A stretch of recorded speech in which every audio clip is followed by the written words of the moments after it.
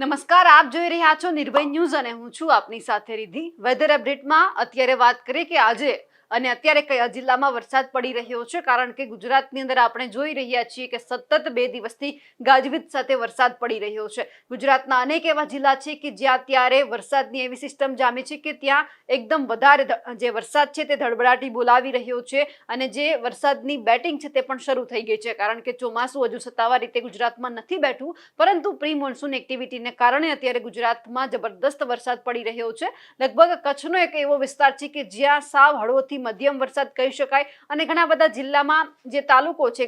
ઘણા બધા તાલુકા એવા છે કે જ્યાં વરસાદ સાવ ઓછો એટલે કે નહીવત પ્રમાણમાં હશે, પરંતુ સૌરાષ્ટ્ર હોય, દક્ષિણ ગુજરાત હોય, મધ્ય ગુજરાત હોય, આ વિસ્તારો એવા છે કે જ્યાં અત્યારે વરસાદની ધમાકેદાર બેટિંગ શરૂ થઈ ગઈ છે। સૌથી પહેલા ગુજરાતની અંદર આપણે એ વાત કરીએ કે કયા એવા જિલ્લા છે કે જ્યાં વરસાદની આગાહી કરવામાં આવી છે।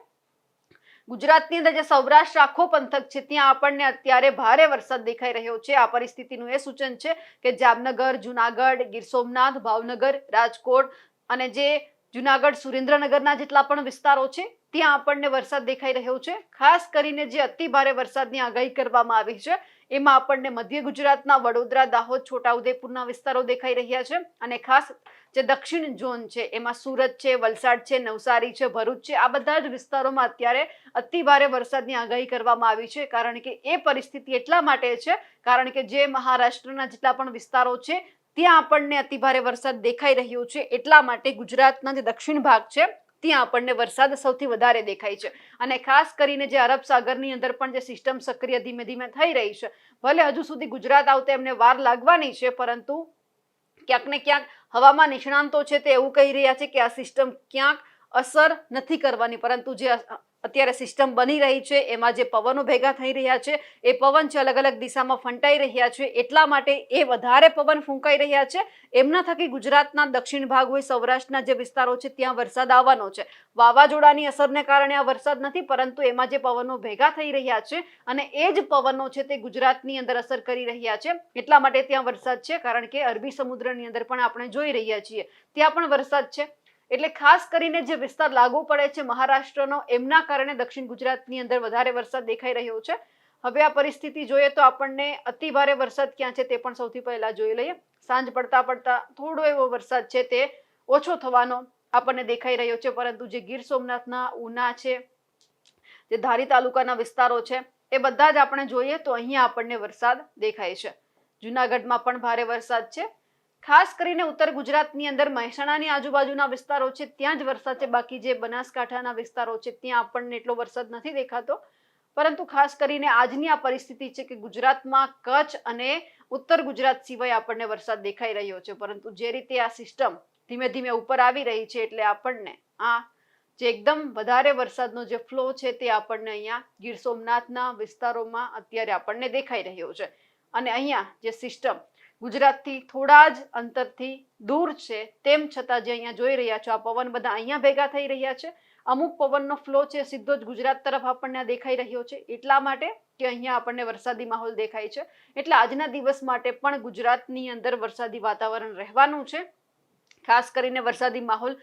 દેખાવાનો છે, જે રીતે આપણે જોયું હતું કે બંગાળની ખાડીની અંદર પણ અને અરબી સમુદ્રમાં પણ બે સિસ્ટમ એટલે કે અલગ અલગ જગ્યા પર એક એક સિસ્ટમ થઈ રહી છે। એ સિસ્ટમ ક્યાંક હજુ ગુજરાતને અડતા તો વાર લાગવાની છે, પરંતુ તેમ છતાં નિષ્ણાંતો એવું કહી રહ્યા છે કે વાવાઝોડું આવવાનું છે, પરંતુ એ શક્યતા અત્યારે નહીવત દેખાઈ રહી છે કે ગુજરાતને વધારે નુકસાન કરવાનું છે। કારણ કે એવું પણ સામે આવ્યું છે કે જે વાવાઝોડું છે તેમની વિરુદ્ધ દિશામાં ફંટાઈ રહ્યું છે, એટલે કે ગુજરાતમાં અસર નથી કરવાની, પણ એના જે પવનો છે તે ખાસ કરીને ગુજરાતના જે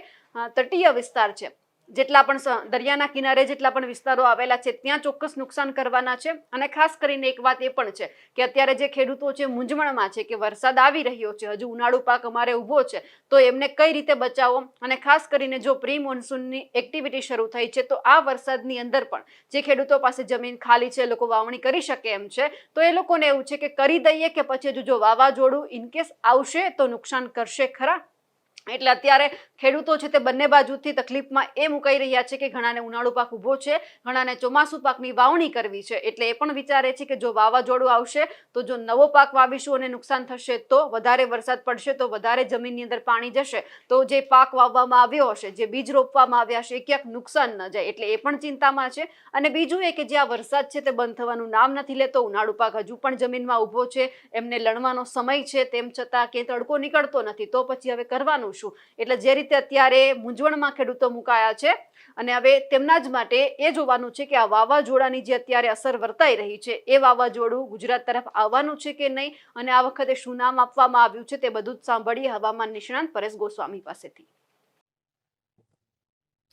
ગુજરાતની અંદર ફરીથી એક વાવાઝોડાનો ખતરો તોડાઈ રહ્યો છે, કેમ કે ઘણા દિવસથી ગોવાથી દક્ષિણ પશ્ચિમની અંદર એક વરસાદી સિસ્ટમ બની રહી હતી, એ સાયક્લોનિક સર્ક્યુલેશન બન્યું અને અમે ઘણા સમયથી જે અનુમાન લગાવી રહ્યા હતા કે 22 મે આસપાસ આ સિસ્ટમ છે લો પ્રેશરમાં પરિવર્તિત થશે, પણ આ સિસ્ટમ છે આજે 21 મે 2025 ના રોજ લો પ્રેશરમાં પરિવર્તિત થઈ ચૂકી છે. અત્યારે મજબૂત લો પ્રેશર અરબ સાગરની અંદર બન્યું છે અને ઘણા સમયથી આપણું જે અનુમાન હતું કે આ સિસ્ટમ છે એ થોડી ઘણી પણ જો ઉત્તર પશ્ચિમ અથવા તો પશ્ચિમ દિશામાં લો પ્રેશર બન્યા પછી મૂવમેન્ટ કરે તો અત્યારે અરબ સાગરનું તમામ હવામાન છે એ સાયક્લોન બનવા માટે સાનુકૂળ છે, જેમાં ટેમ્પરેચર, ભેજથી લઈને અનેક પરિબળો છે એ સાયક્લોન બનવા માટે અનુકૂળ દેખાઈ રહ્યા હતા. એટલે આ સિસ્ટમ છે એ પશ્ચિમ દિશા અથવા તો ઉત્તર પશ્ચિમ તરફ ગતિ કરે, મૂવમેન્ટ કરે તો સાયક્લોન બનવાની શક્યતાઓ હતી અને એ જ મુજબ હવે આ સિસ્ટમ છે એ પશ્ચિમ અને ઉત્તર પશ્ચિમ તરફ મૂવમેન્ટ કરે તેવી પૂરી શક્યતાઓ છે. એટલે આગળ જતા આ સિસ્ટમ છે લો પ્રેશરમાંથી મજબૂત થઈ અને ડિપ્રેશન, ડીપ ડિપ્રેશન અને સાયક્લોન પણ બની શકે છે. એટલે સાયક્લોન બનવાના ચાન્સ વધી રહ્યા છે. અરબ સાગરની અંદર જો આ સાયક્લોન બનશે તો શ્રીલંકા દેશ તરફથી આનું નામ આપવામાં આવશે અને આ સાયક્લોનનું નામ હશે શક્તિ. હવે ખાસ કરીને અત્યારે તો અમે સતત આ સિસ્ટમ ઉપર નજર રાખી રહ્યા છીએ. અત્યારે જે પ્રમાણે આની મૂવમેન્ટ દેખાઈ રહી છે, અલગ અલગ મોડેલોની અંદર હજી ઘણા બધા મત મતાંતર છે, કેમ કે અમે જે પ્રમાણે સેટેલાઇટથી આની જે ટ્રેકિંગ કરી રહ્યા છીએ એ મુજબ અલગ અલગ મોડેલો છે, અલગ અલગ એની દિશાઓ બતાવી રહ્યું છે, છતાં પણ અત્યારે સાયક્લોન બને તેવી શક્યતાઓ છે એ વધી રહી છે. એટલે અરબ સાગરની અંદર એક સાયક્લોન બની શકે છે, એ સાયક્લોન બનશે તેનું નામ હશે શક્તિ અને આ સાયક્લોન બને તો જેવી રીતે ગયા વર્ષે બિપરજોય સાયક્લોન જે ટ્રેક ઉપર ચાલ્યું હતું એ ટ્રેક ઉપર ચાલી શકે છે. એટલે કે સૌરાષ્ટ્રના દરિયાકાંઠો અથવા તો કચ્છના દરિયાકાંઠા અથવા તો પાકિસ્તાનના દરિયાકાંઠે આ જે શક્તિ સાયક્લોન છે એ ત્યાં નજીક આવી શકે છે. એટલે પાકિસ્તાનથી લઈ અને કચ્છ, સૌરાષ્ટ્ર આ તમામ દરિયાકાંઠા ગમે ત્યારે આ સાયક્લોન છે એ ત્યાં નજીક પહોંચી શકે. જો કે સમય જતા જેમ આ સિસ્ટમ મજબૂત થઈને આગળ ચાલશે એટલે હજુ ઘણી વખત આ સિસ્ટમના ટ્રેક પણ ચેન્જ થશે. એ ટ્રેક ચેન્જ થશે એની પડેપડની માહિતી છે અમે આપના સુધી પહોંચાડતા રહીશું. ખાસ કરીને હવે આ સિસ્ટમ છે એ સાયક્લોનનું સ્વરૂપ લે તેવી શક્યતાઓ વધી રહી છે અને મહત્વની વાત એ પણ છે કે આ સાયક્લોન પર થોડુંક વધુ મજબૂત બનશે, કેમ કે સામાન્ય રીતે જે અન્ય સાયક્લોનો હોય છે એ જ્યારે સમુદ્રમાં બનીને આગળ ગતિ કરતા હોય છે એની ગતિ થોડીક વધારે હોય છે, પણ આ એકદમ ધીમી ગતિએ આ સિસ્ટમ ચાલવાની છે. આ જેટલી વધારે ધીમી ગતિથી આ સિસ્ટમ ચાલે એટલું આ સાયક્લોન પણ મજબૂત બને અને આપણે વધારે ખતરો દેખાય એવી શક્યતાઓ દેખાઈ રહી છે. એટલે અત્યારે ખાસ આપણે બધા મિત્રોએ એલર્ટ રહેવાનું છે, કોઈ ચિંતામાં નથી આવવાનું, પણ એલર્ટ રહેવાનું છે, સાવધાન રહેવાનું છે, સાવચેત રહેવાનું છે, કેમ કે અરબ સાગરની અંદર હવે એક સાયક્લોન બને તેવી શક્યતાઓ મજબૂત બનતી જાય છે, વધારે શક્યતાઓ દેખાઈ રહી છે અને આ સાયક્લોન બનશે એટલે સૌપ્રથમ અમારા તરફથી આપ સુધી આ માહિતી પહોંચાડવામાં આવશે. હવે જે રીતે અત્યારે વાવાઝોડાની વાત કરવામાં આવી રહી છે, તમામ ખેડૂતોને અત્યારે એક જ ચિંતા છે કે જો વાવાઝોડું આવશે તો હવે શું થવાનું છે, કારણ કે સૌથી વધારે મૂંઝવણમાં ખેડૂત જ હોય છે, કારણ કે એમને પોતાનો પાક કોઈકને જમીનમાં અંદર હોય છે તો કોઈકને લણવાનો બાકી હોય છે. અને અત્યારે જ્યારે ચોમાસાની સત્તાવાર જાહેરાત થાય પહેલા જ્યારે વરસાદની આ પરિસ્થિતિ છે તો ખેડૂતો વિચારી રહ્યા છે કે આવનાર સમયમાં ચોમાસું કેવું રહેશે, કારણ કે ચોમાસું સારું જાય એ બધાને જોઈતું હોય છે કે ચોમાસું સારું રહેવું જોઈએ, પરંતુ આ પરિસ્થિતિ વચ્ચે જો ખેડૂત છે તે પોતાનો પાક કઈ રીતે બચાવે છે તે પણ જોવાનું છે. તમારા વિસ્તારમાં કેવો વરસાદ પડી રહ્યો છે કમેન્ટ કરીને ચોક્કસથી જણાવજો. સાથે જ અમારી નિર્ભય ન્યૂઝ ચેનલને લાઇક, શેર અને સબસ્ક્રાઇબ કરવાનું ભૂલશો નહીં. નમસ્કાર.